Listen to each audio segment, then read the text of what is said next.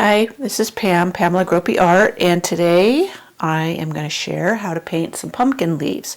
Had a request from a reader, and she was having difficulty in painting pumpkin leaves to go along with my pumpkin painting tutorial. So I thought I would get this done. Now here is, I have actually took some pumpkin leaves and I made copies of it, a copy of it. I kind of resized it because they were larger, and you don't really have to have them that large, especially you don't want them to overwhelm your pumpkins, even though my pumpkins are really small and the leaves are bigger than the pumpkins are. In your paintings, you want the leaves to be an accent and not to take over. So here is my outline. I was showing you these two colors for a reason. I am going to do this in Fresh Foliage and Thicket, a couple of my favorite greens to use.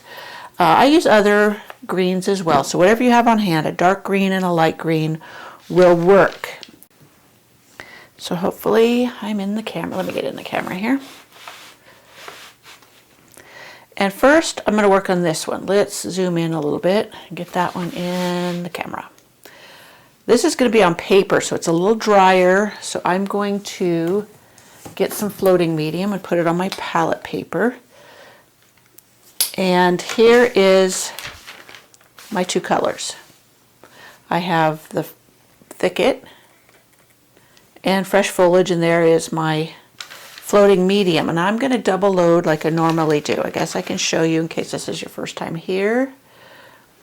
I'm kind of getting some shadow from overhead lighting. I need to do some lighting differently, but for now this will have to work. So I'm dipping, see the two corners, and then I work it in. And like I said, this is paper. It might take a little bit for it to get smooth edged. And I'm going to dip into the floating medium. And here is the first one. Now I'm going to follow my outline. I want the dark on the outside on this one.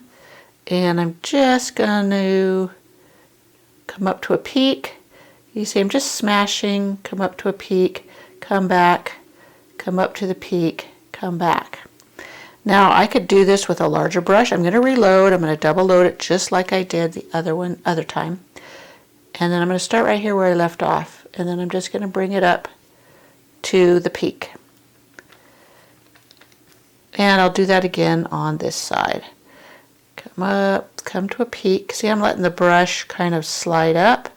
I kind of slide it back to get that edge. Now you don't have to follow exactly on the lines. You just want to get the shape sort of kind of like that. And you see how it got a dry edge. I could have, should have reloaded and come to a point. And then you can just go in with the corner of your brush and fill in.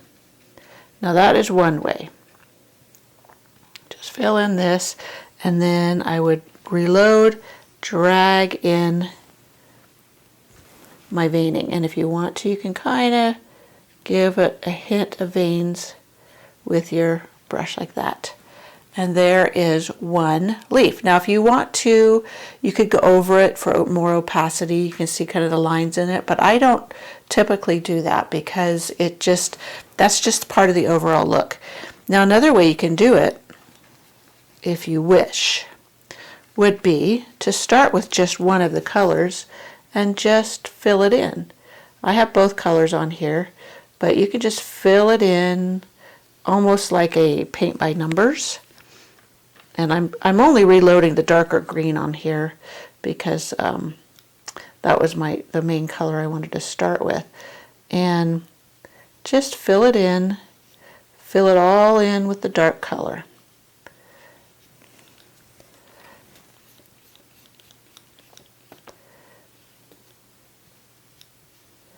You notice I am not that precise. And normally I wouldn't have that dark of lines on it because a lot of times with the acrylics, the lines would show through. But, okay, so now I have that leaf. And then I would come in and kind of highlight areas. Like maybe I want this side highlighted, it has a little light. And I would wait till it dries. You can have it all the dark color, and then you can drag in your veins.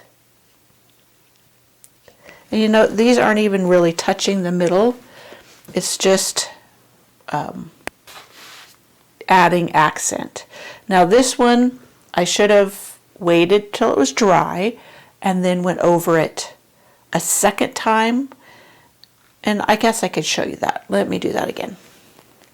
I'm using today a 3/4 inch flat brush, and I'm going to double load again.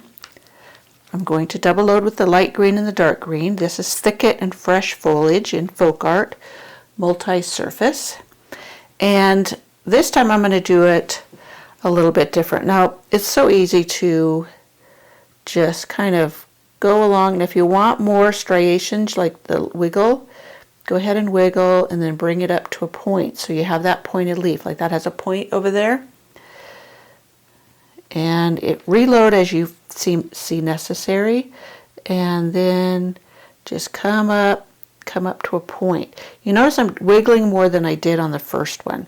You can play around with this. This is a multimedia pad of paper, which is pretty inexpensive to practice on if you want to give it a few practice runs before working on your actual painting.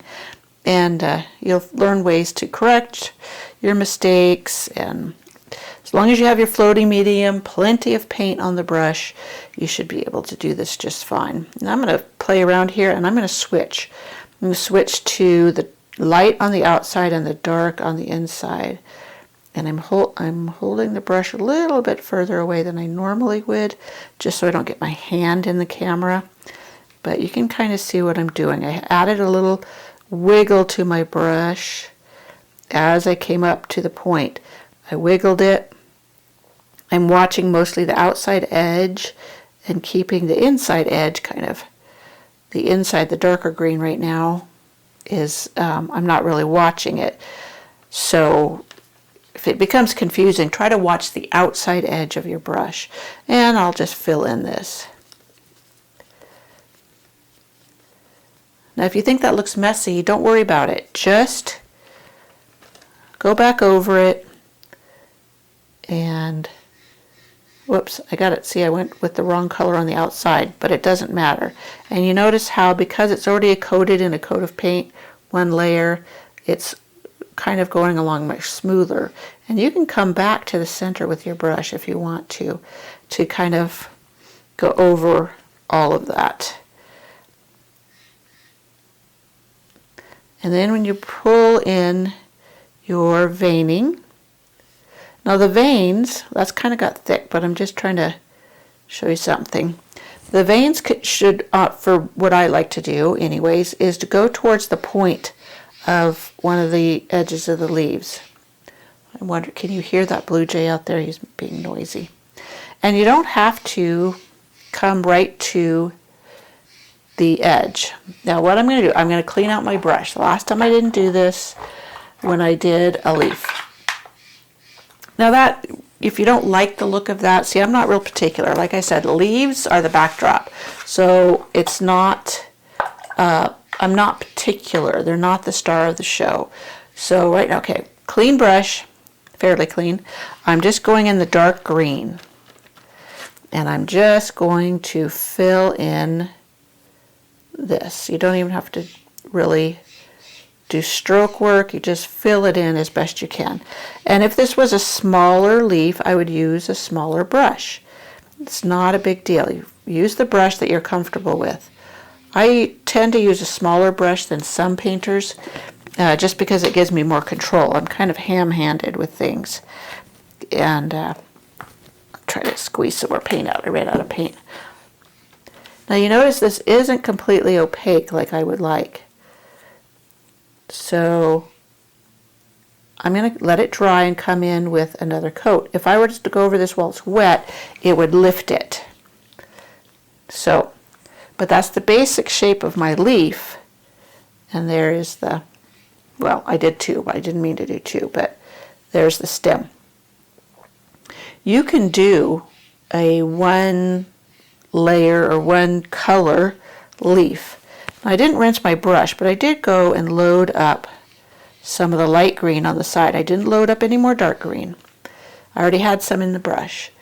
And then you can kind of go along an edge. If you want to add highlights along an edge, do that. And you don't have to do both sides. Could be one side is highlighted because it's more in the light.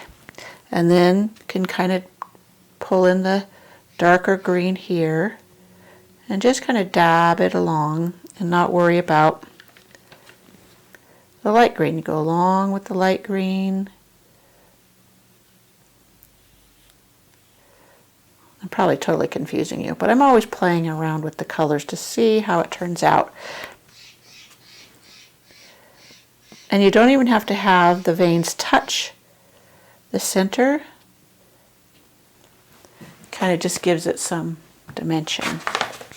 Dimension, detail, what have you. Say, now if you want this one, it's almost dry. Let's see.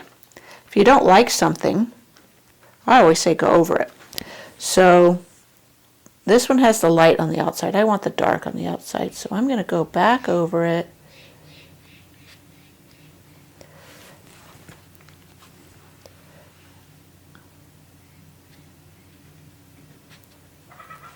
And you notice a little bit of the light shows up from underneath. I don't care about that. I think it is wonderful. A detail that I hadn't even thought about adding.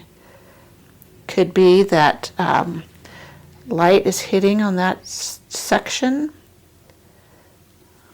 and so that comes to the fore more. So then you kind of blend in.